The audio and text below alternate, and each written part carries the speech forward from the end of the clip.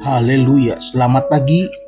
Selamat kita bertemu lagi dalam acara doa pagi GPDI Budi Mulia. Saudara, pagi ini saya akan berdoa. Kiranya Tuhan memberkati pagi yang baru. Mari kita berdoa. Tuhan Yesus, kami datang kepadamu. Tuhan Yesus, mengucap syukur Tuhan berkati kami lagi dengan kesehatan. Kami bangun dengan tubuh yang sehat.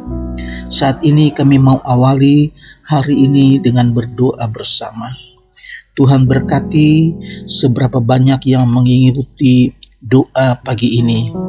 Kami serahkan ke dalam pimpinan Tuhan di dalam nama Tuhan Yesus Kristus. Haleluya. Amin. Puji Tuhan. Saudara, saya akan bacakan kisah yang terjadi di kolam Bethesda. Seorang yang telah menunggu kesembuhan selama 38 tahun. Alkitab menceritakan bahwa di Yerusalem, dekat pintu gerbang domba, itu ada sebuah kolam yang dalam bahasa Ibrani disebut kolam Bethesda. Dan di sekitar kolam Bethesda itu terdapat banyak sekali orang-orang sakit sedang menunggu apabila air kolam itu bergoncang, dan siapa yang turun terlebih dahulu maka ia akan sembuh apapun juga penyakitnya, saudara. Dan di antara banyak orang sakit itu ada seorang yang sedang sakit lumpuh. Dia sudah menunggu 38 tahun. Kalau sampai kolam itu bergoncang, ada orang yang menolong dia supaya dia dapat lebih dulu masuk ke dalam kolam itu. Tetapi ternyata ketika dia sedang berusaha menuju kolam itu, orang lain telah lebih dulu masuk ke kolam itu, dan dia hanya dapat menunggu dan menunggu dengan hati yang kecewa karena tidak ada orang yang dapat membantunya.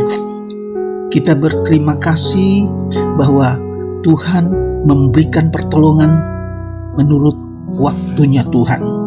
Ada kalanya kita minta pertolongan Tuhan, kita minta kesembuhan yang dari Tuhan, tapi doa-doa kita itu belum Tuhan jawab. Ternyata saudara, Tuhan menjawab menurut waktunya Tuhan. Sama dengan seorang yang lumpuh ini, dia menunggu dengan hati yang kecewa, dengan rasa putus asa, karena sudah 38 tahun ia sakit, ia belum juga sembuh. Tetapi sungguh terjadi sesuatu yang tidak pernah dia sangka-sangka ketika Yesus datang dan Yesus melihat keadaan orang itu. Yesus tahu bahwa orang lumpuh ini sudah lama menderita sakit. Dan ketika Yesus bertanya kepada orang lumpuh ini, "Maukah engkau sembuh?" Yesus tidak bertanya sudah berapa lama kau terbaring sakit dan mengapa tidak ada yang menolong engkau. Tidak. Yesus tanyakan kepada orang lumpuh itu, "Maukah engkau sembuh?" Saudara, dan orang sakit itu menjawab, "Tuhan, tidak ada orang yang menurunkan aku ke dalam kolam itu apabila airnya mulai goncang. Dan sementara aku menuju ke kolam itu, orang lain sudah turun mendahului aku." Saudara, orang lumpuh ini ketika dia mendengar Yesus bertanya, dia tidak bertanya siapakah engkau. Dia langsung menjawab, "Tuhan." Dia tahu Yesus adalah Tuhan.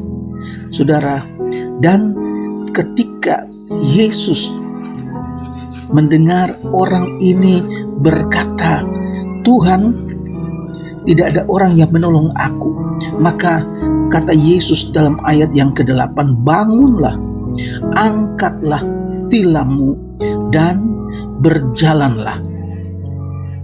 Ayat 9, dan pada saat itu juga sembuhlah orang itu, lalu ia mengangkat tilamnya dan berjalan. Puji Tuhan, 38 tahun tanpa dia turun ke kolam, dia sembuh karena Yesus yang menyuruh dia bangun. Yesus yang menyuruh dia angkat tilammu dan berjalanlah. Haleluya, saudara-saudara. Dalam keadaan kecewa, ada rasa putus asa karena sudah sekian lama, 38 tahun ia terbaring karena lumpuh dan tidak ada yang menolongnya. Tetapi ternyata ada Yesus yang datang, ada Yesus yang menyembuhkan kakinya yang lumpuh. Haleluya, saudara-saudara. Alkitab tidak menceritakan bahwa ia adalah seorang yang percaya kepada Tuhan Yesus. Tapi dalam ayat 7 tadi kita baca, orang lumpuh itu menjawab Yesus dengan kata Tuhan. Ia memanggil Yesus itu Tuhan. Dan ini adalah tanda bahwa ia mengenal Yesus yang adalah seorang tabib. Dia sudah mendengar Yesus menyembuhkan banyak orang sakit. Saudara, Tuhan menolong menurut caranya Tuhan. Tuhan menolong menurut waktunya Tuhan. Tanggapan terhadap iman seseorang. Yesus hanya berkata kepada si lumpuh itu, dan orang lumpuh itu pun sembuh.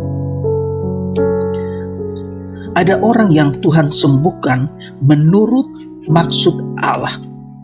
Alkitab menceritakan bahwa ada 3 hubungan untuk iman yang menyembuhkan. Yang pertama kita lihat iman dari si penderita sakit yang mau disembuhkan. Matius pasal yang ke-9 ayat 27 sampai 29, ketika 2 orang buta datang kepada Yesus dan Yesus menyembuhkan mereka. Nah, di sini Yesus bertanya kepada kedua orang buta itu, "Percayakah engkau bahwa aku dapat melakukannya?" Maksudnya dapat menyembuhkanmu. Maka kedua orang buta itu menjawab, "Ya Tuhan, kami percaya." Yesus kemudian menjamah mata orang buta itu dan berkata, "Jadilah kepadamu menurut imanmu." Maka meleklah mata kedua orang buta itu.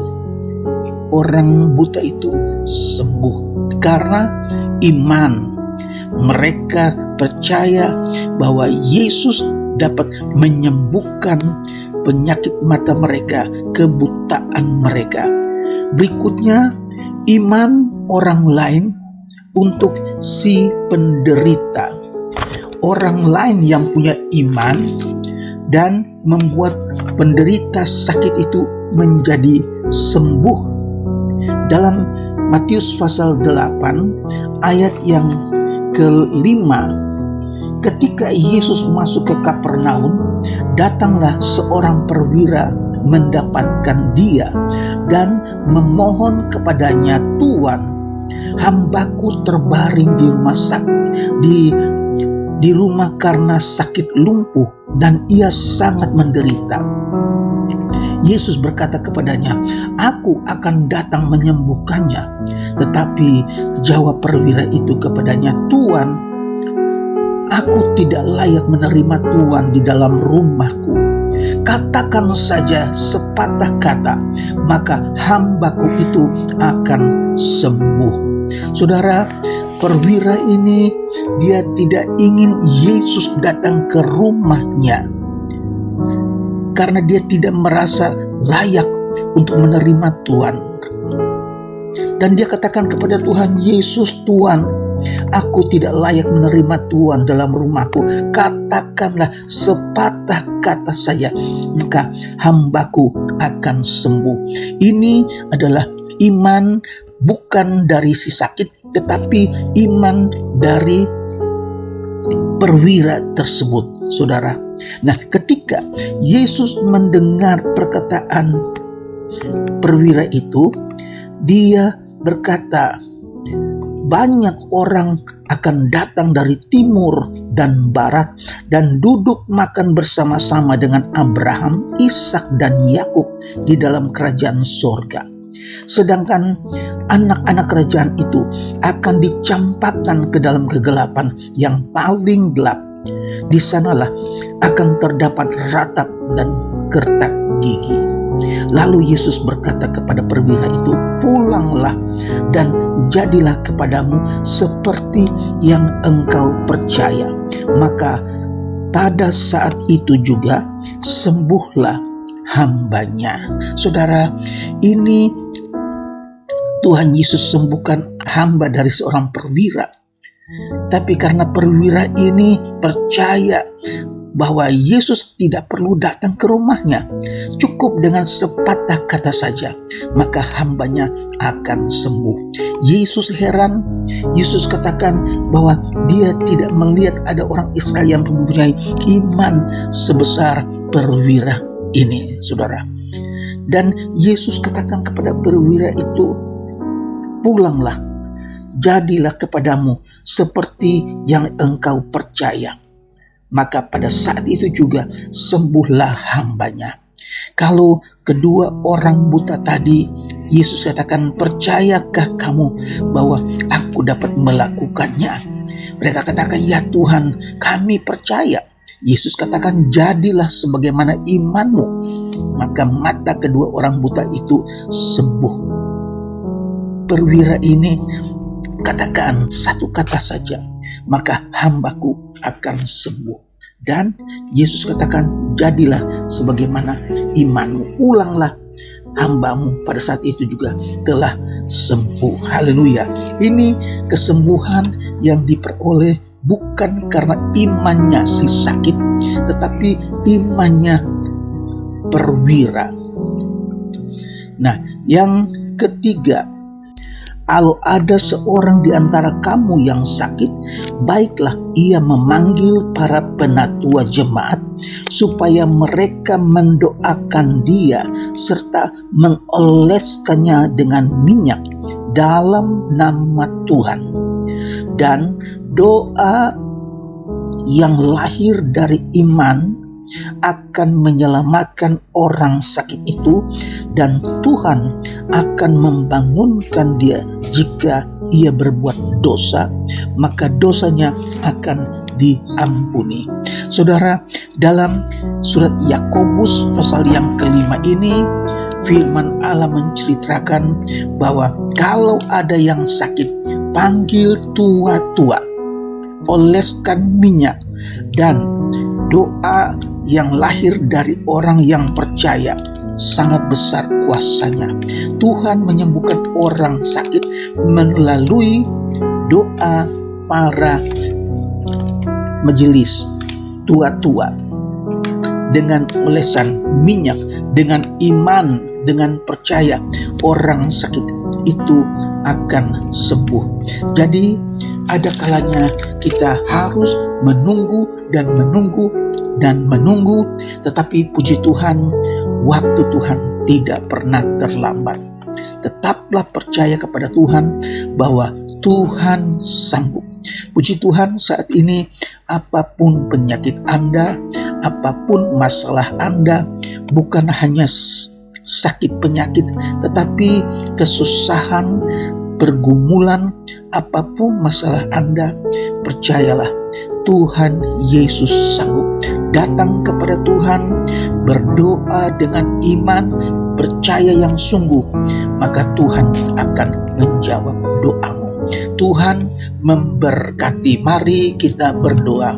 Bapa di sorga, terima kasih buat firman-Mu.